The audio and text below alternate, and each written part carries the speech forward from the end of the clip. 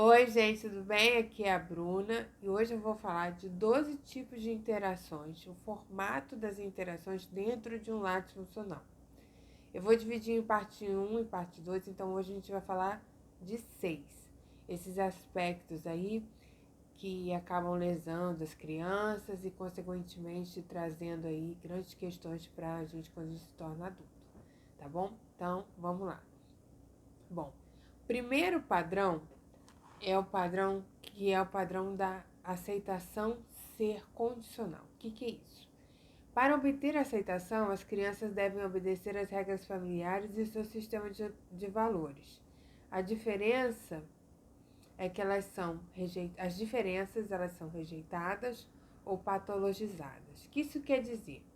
Quando a criança começa a mostrar que as necessidades dela são diferentes, aquilo que os pais gostariam que ela tivesse, elas começam a ser rechaçadas, ridicularizadas ou rejeitadas dentro da família.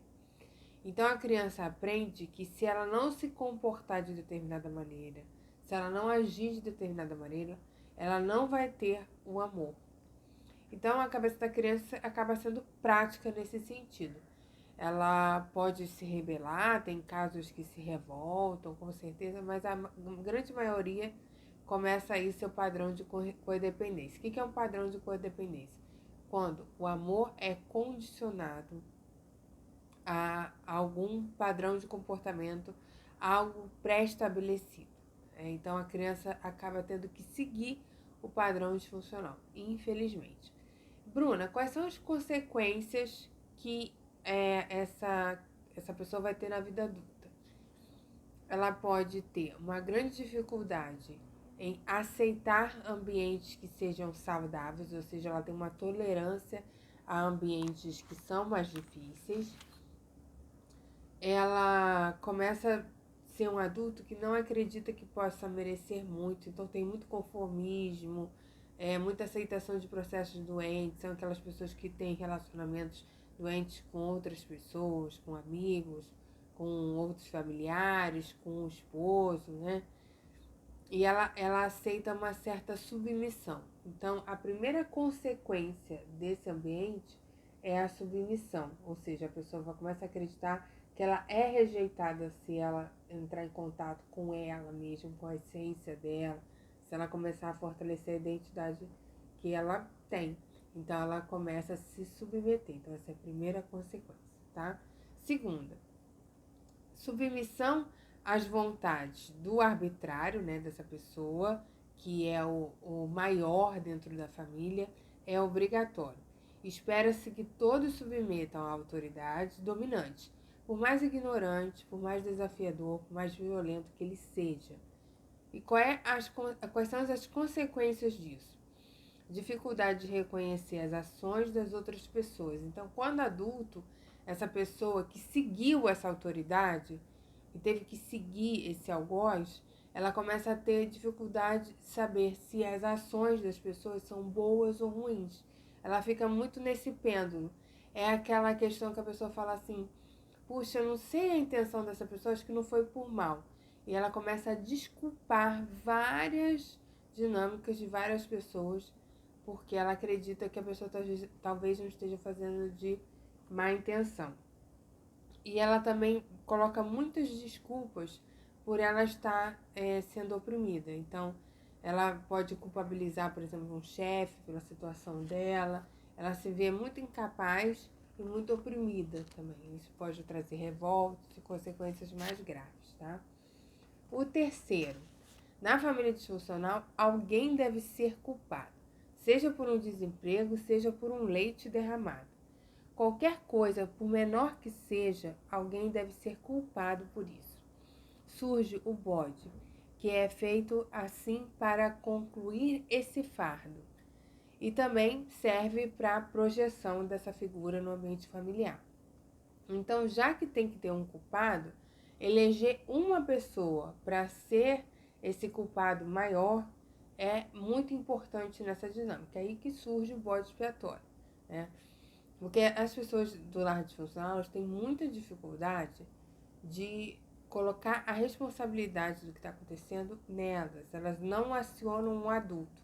Elas estão sempre com uma demanda infantil e aí isso faz com que ela projete a sua sombra em cima de uma determinada criança.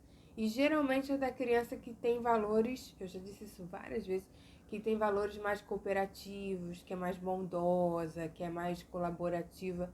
Então, eles vão minando a identidade dessa criança para tentar moldar ao que eles precisam, ao que eles querem. Então, é bem difícil mesmo. Qual é a consequência do comportamento dessa criança? Vira o adulto o quê? Ela vira que tipo de adulto? O adulto salvador dos outros. O adulto que não enxerga os próprios problemas, mas tem solução para os problemas e desafios das outras pessoas. É uma pessoa também que tem muita dificuldade em se cuidar. É uma dinâmica que a pessoa só serve, ela só sente que só está servindo se ela servir alguém mesmo. Tem muita dificuldade de se colocar em prioridade, às vezes está detonadíssima com a sua saúde e mesmo assim está sempre em volta de outras pessoas, que é a dinâmica aí mais básica da codependência, né? Então a gente tem isso aí. Quarto ponto. A vulnerabilidade é vista como algo perigoso, ou seja, são pessoas que não entram em contato com seus sentimentos, com questões que erraram. É raro essas famílias falarem, puxa, eu errei, eu fiz isso, não foi legal, como é que eu conserto? Acidentes são mal vistos, erros são mal vistos, são famílias que têm muitos segredos, têm muitas omissões, coisas assim que não podem ser faladas na rua, sabe? Então, conversar com a criança, olha, você nunca fala disso, que não sei o quê. Tem um teor grande de vergonha. Muitos erros da família disfuncional são interpretados para eles não como erros que são passíveis de aprendizados, né? A gente vai aprendendo com os erros, não. Isso para eles é vergonhoso. A posição de perfeição é uma posição que cabe muito no lado disfuncional. Quais são as consequências? São pessoas que vão aderir ao perfeccionismo, vão ter dificuldade de admitir também os erros e quando erram vão ficar numa busca incessante para não errar. E muitas vezes descolando uma parte importante do erro, que é o aprendizado. São pessoas às vezes que não vão se conectar com isso, vão ficar no automático e vão errar e vão justificar e vão para o perfeccionismo e aí não conseguem também dar limites para os outros. Porque como ela ultrapassa os limites dela muitas vezes, ela não consegue dar essas bordas para as outras pessoas, então essas pessoas continuam a invadir, tá? Isso também é uma característica importante. Quinto, estamos chegando. Quinto, você deve ficar sempre do lado do dominante. Uma coisa que eu percebi até esses dias é que na dinâmica disfuncional tem sempre o dominante, a figura da personalidade dominante, do personagem dominante, melhor dizendo, é sempre marcada, tá? Sendo ele narcisista ou não. Então, é muito comum as crianças serem convidadas a ficar de um lado. E aí que acontece grande parte dos problemas também da alienação parental, né? Que a mãe ou o pai convida essa criança a ficar de um lado e essa criança fica totalmente perdida. Então as crianças são sempre forçadas a escolher entre os pais, são sempre forçadas a escolher entre os irmãos e até outros familiares. Qual é a consequência dessa escolha? O que traz de consequência na vida adulta? Não conseguem escolher a si.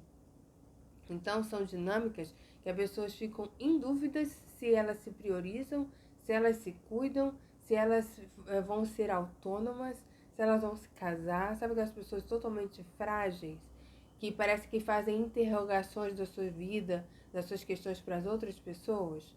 É isso. São pessoas que não conseguem se dar valor. Tornam-se duras consigo mesmo e com os outros também. Porque como ela ultrapassa os limites e ela começa a ter raiva de tudo que aconteceu, ela acaba sendo muito dura com ela, aliada ao perfeccionismo, aliada a outras dinâmicas que eu falei acima. Então ela começa a ser muito dura com os outros também. Aquelas pessoas de comportamento mais rígido. E sexto, pouco amor. São famílias que têm pouco amor pelos membros ou nenhum amor. E o desrespeito marca a família disfuncional. Ó, vou ler aqui. O amor e o respeito são recursos limitados. Você deve ser digno de amor. Você deve ter condições para ser amado. As atitudes de desrespeito são constantes. Por que as atitudes de desrespeito são constantes num lar disfuncional? Porque como eles não dão limites para eles mesmos, eles acham que invadir e ultrapassar essa pessoa é válido. Não há respeito à individualidade. Essa criança não teve a oportunidade de fazer a construção da sua individuação, fortalecer a sua identidade. Então, desrespeitar é uma coisa normal. E qual é a consequência para a vítima disso? Consideram frequentemente que as pessoas não têm intenção de fazer mal. Não sabem classificar o que é maldade do que não é maldade. Aprende que os outros fizeram as coisas sempre sem querer, né? Fizeram sem querer querendo, como diria o Chaves. E não se sentem dignas de serem amadas porque elas não conhecem ou não reconhecem um padrão de amor puro. Elas foram tão desrespeitadas que qualquer chacota, invasão, xingamento é visto como uma coisa naturalizada, normal. A pessoa não teve a intenção, a pessoa não quis fazer aquilo, que a pessoa é boa também. E são pessoas que se desrespeitam internamente. Ou seja, às vezes estão muito cansadas e estão fazendo, estão em burnout e estão fazendo, não gostam de determinado trabalho, estão lá. Precisam se conectar, acham que tem que acertar em tudo, então estão lá no perfeccionismo. É bem difícil, desculpa, as consequências para essas pessoas que vieram de lá disfuncional, e essas são algumas aqui. Então, se você tem algum desses problemas, provavelmente a origem está lá, nas suas crenças, nas suas dores, nas suas emoções, que você viveu de 0 a 7, ou, como acontece com muitas vítimas, vivem durante muitos anos. Então, gente, por isso que o cuidado com a saúde mental é tão importante, tá bom? Então, vou fechar o vídeo aqui, espero que vocês tenham gostado.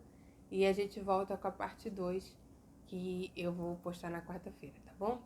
Um super beijo, gente. Tchau!